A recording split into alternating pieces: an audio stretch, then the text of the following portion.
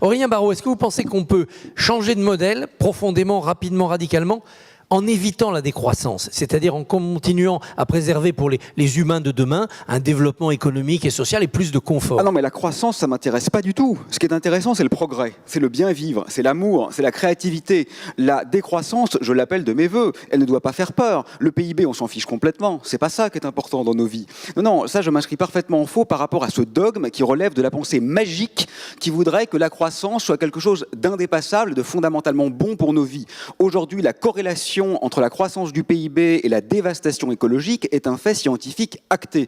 Donc il va falloir qu'on revoie nos logiciels. Et je m'inscris un peu en faux par rapport à mon voisin qui me disait, moi, bon, je suis un peu plus âgé que vous, et donc j'entends tout ça depuis 40 ans. La sagesse. Bah oui, mais précisément, en 40 ans, les populations d'animaux sauvages ont disparu de 60%. C'est une catastrophe. Ce n'est pas une peur de l'avenir, c'est un bilan du passé.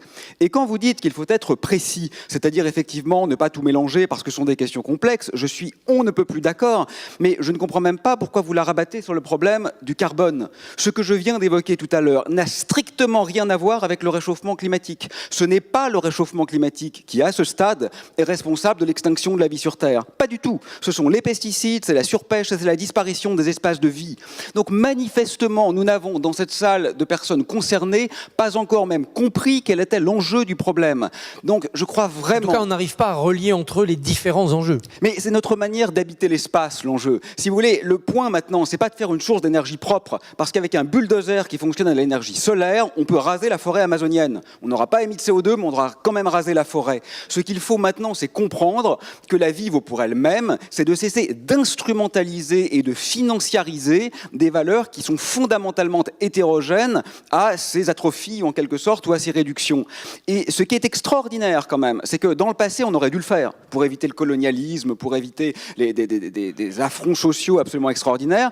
On n'a pas su le faire parce que les dominants, entre guillemets, les puissants n'avaient aucun intérêt à le faire. Mais aujourd'hui, même ceux qui ont les rênes ont intérêt à le faire, parce que cette activité de surprédation devient suicidaire. Donc si même cette fois nous échouons, ça relève quand même littéralement d'une sorte de folie humaine.